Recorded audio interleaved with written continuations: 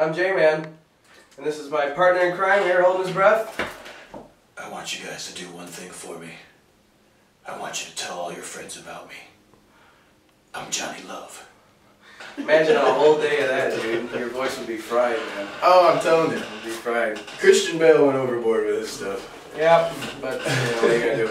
Can't have Kevin Conroy voice him, which would be cool. Because that's what I was going for, though. A little bit more mellow, not so dramatic. Right? It worked out really well for Superman, Batman, Public Enemies. This doesn't come out till September 29th, this Tuesday.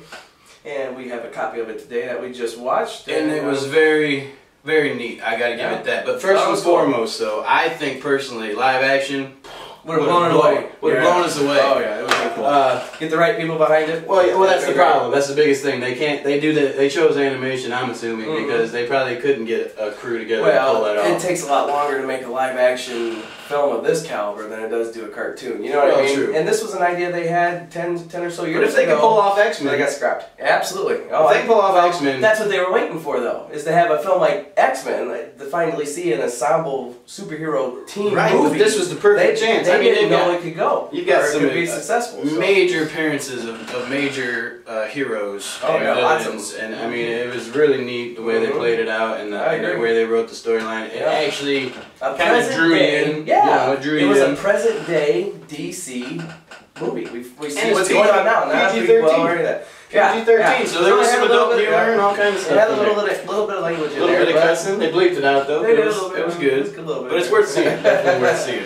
Absolutely. Kevin Conroy came back as Bruce Wayne in Batman. He's been doing that since the 90s. Batman animated series and Mask of the Phantasm.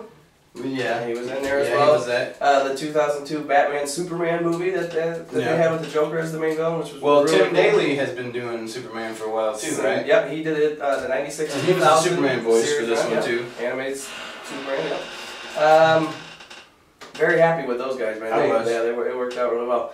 We got Allison Mack, who plays Chloe on Smallville. Right. And I wish she really looked like the way Power Girl looked in this animation. Holy moly. Super cartoon Fox! I mean, it was nice. It was almost like watching Who Framed Roger Rabbit. Remember Jessica Rabbit?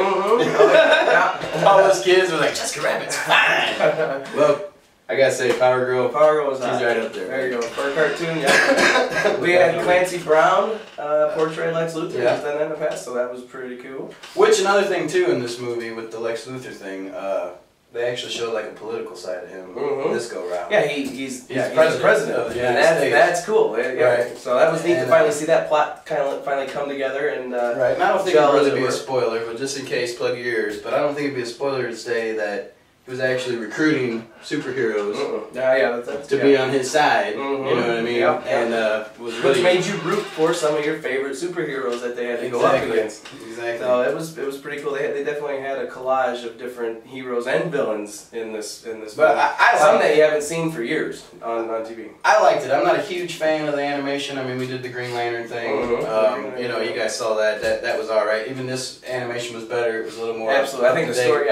The story moved better. It moved faster. Well, but the animation was better too. It was, you know, graphically, it really kind of drew you in a little bit more. But still, live action, I mean, it would be just a stellar movie. Awesome. I mean, it would make tons of money. Right. DC would just make a comeback. Nobody's really done a reboot or a remake or anything of Superman. No, I mean, they did, but it really, I mean, that was kind of Returns. It wasn't that great. There was rumors of a Superman movie coming out, but then those rumors just got dropped. And of course, Batman's grounded, so you know, take the cake. The Dark Knight. I mean, Batman's awesome. But if they could create, you know, the same kind of atmosphere and characters that they got in Batman plus X-Men and all that, and really put something together. If they did that movie live action, Warner Brothers just got to get their feet out of the water, man. They got to start walking and doing a live action movie like this would rock, but.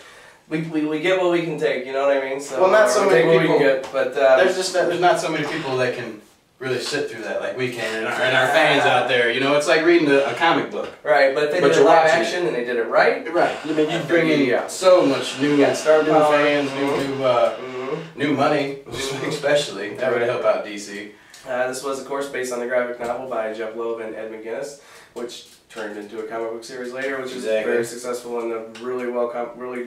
I'm not a huge fan. You guys might agree out there. I don't know. I'm not a huge fan of the Batman and Superman combination, only for the simple fact that Batman is a real dude. You know, he's a real person. He'd have his issues. He couldn't stand a chance really against, you know, a super villain. He'd have his issues. Yeah. He's not as invincible as Superman. It's a neat combination, and it brings in the fans, and they could do really neat. Well, instead of Batman saving Robin, Superman saves Batman. Oh yeah. You know, and vice versa. They both help each other get themselves. But still, the reality of it is, I mean, I know we're talking comic books here, but you know, realistically, you know, Batman takes on normal Joe villains who are human, like the crazy, like the Joker, you know, mad scientists. He's got some super strong people in there. He's gone. Well, he's like Bane. I mean, but Bane took him out. Bane was in this movie for a split second. It was pretty cool. I wish a lot of neat appearances. Wish I could have seen that battle. Captain Marvel, Shazam, Shazam. Yeah, and Hawkman. I mean, there was a lot of neat.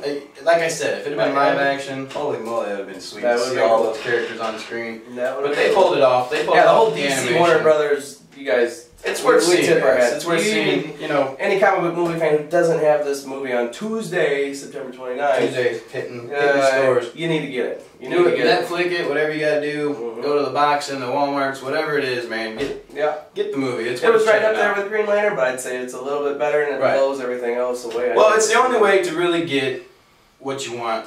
As far as for me, it was still it gave me the story I was looking for. It gave me, you know, some action and all that. It was animated, but it still kept my attention, you know. Like I said, live action would have been awesome. I keep saying it, I know I keep saying it, but it's just the way I feel. If I'm going to do animation, I'd rather read the comic book or that kind of thing, you know. I'm not knocking it. It's worth seeing, but it's new to me. It's new to me.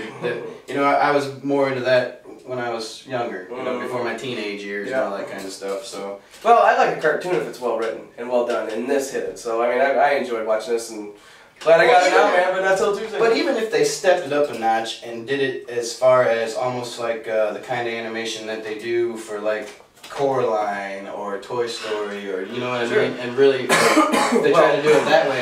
Maybe you think that would make a difference? Oh yeah, almost like the way they did Ninja Turtles was CG. I like how they did that a lot. Yeah. So now with Disney buying Marvel. Okay. We could be seeing that. Disney, but they weren't Pixar in DC though. I know, we're talking DC. Get in there, man. Batman's all they got right now. I know, they've got so many other characters. You might see some of the superheroes that you're talking about in the animation you're talking about. You know, you're not going to see any DC stuff because Warner Brothers owns DC and all, you know. Or if they're going to do similar technology over there at Warner Brothers, so there's no reason for that. And I think you guys will agree out there in comic book movie land, if they're going to do animation like this, to really draw people in, they should do it like 3D, and like IMAX, you know, that would really be where it's at.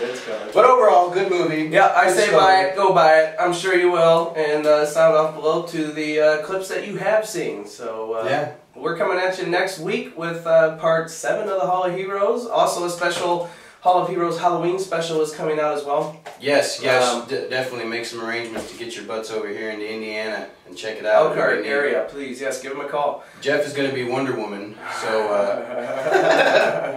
Nah, that's Johnny Love's mama. That's his mama's job.